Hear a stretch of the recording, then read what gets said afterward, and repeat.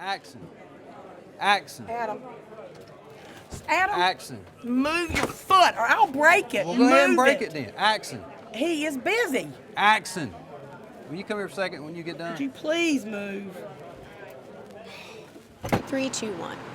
A rough start to tonight's meeting as dozens of people, including the mayor of Belhaven, the NAACP's Reverend William Barber, and the media, were closed out of Pantego Creek LLC's meeting regarding Vidant Pungo Hospital, set to decide if Vidant violated its agreement with Pantego Creek, therefore leading to a lawsuit.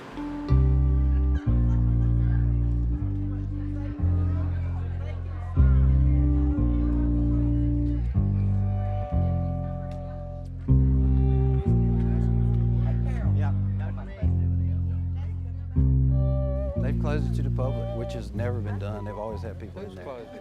It's Brantley, Tillman, Deb Sparrow. They don't want people to see what they're doing in there. What the hell? I mean, it's always been open. They've always had guests. The business that they will be doing will impact the public, but the public will not be allowed to see them do their business. They've not asked to speak. The public is simply asked to be present. You can't come in. Why is that? Because it's a membership meeting only. This is just for the memberships of the Pantego Creek LLC. I would hope that the public could at least come in and see. We will vote tonight. That's why it needs to be a controlled, restrained meeting. The explanation that I received was in essence that this needed to be a controlled meeting, as though the public is out of control. They're not out of control. They are very much concerned about who will control their future and who will control their health care. This is not about mere dollars and cents. It's about life and death. I was disappointed in the administrators that have made this decision. I was disappointed that they would leave this area of the county, as well as Hyde County, without emergency services.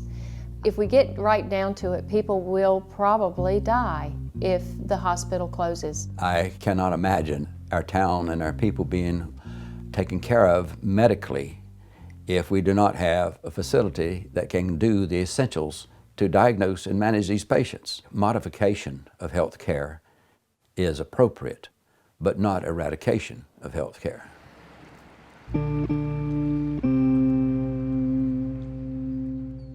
Here's Belhaven.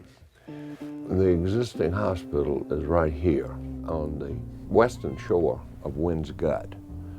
Here's the city of Washington, 30 miles by roads.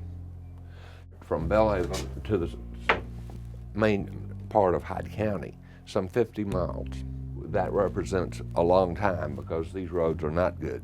Someone will have a serious injury in Hyde County, make it to Belhaven, and then transfer to the Belhaven ambulance to complete the journey to the Washington Hospital. The problem is, if you have a serious wound and you're bleeding, then if you can't stop in Belhaven and you have to go all the way, you have added huge increment of time. The ones who had serious injuries would die before they were tended to. When you take patient care out of the scenario, you take people out of the scenario, it becomes a business decision. It makes me sick to even think about what Biden is trying to do to us.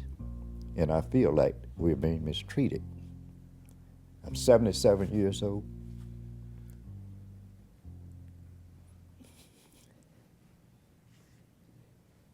It makes me feel bad when I start even thinking about what they're doing. Vidant thinks that they can come into this little town in northeast North Carolina, this little coastal community, and take our health care and nobody say anything.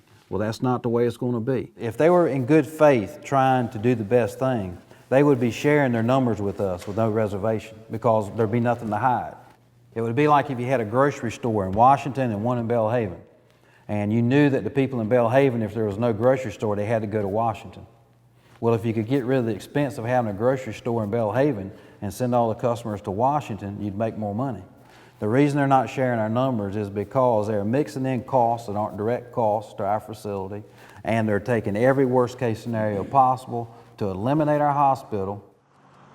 Wake Forest Baptist out in Winston-Salem was trying to do this, and there was a lawsuit over it.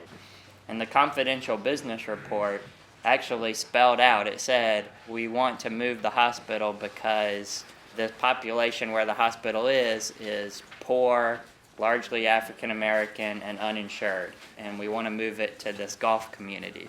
We thought this trend would stop with Medicaid expansion, and as you know, at least for this year, the General Assembly said we're not going to take Medicaid expansion.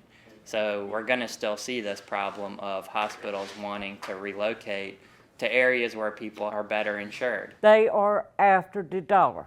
That dollar is what they're after. It's not the people's lives. They really need to stop and think, because if they close this hospital, death is on their hands.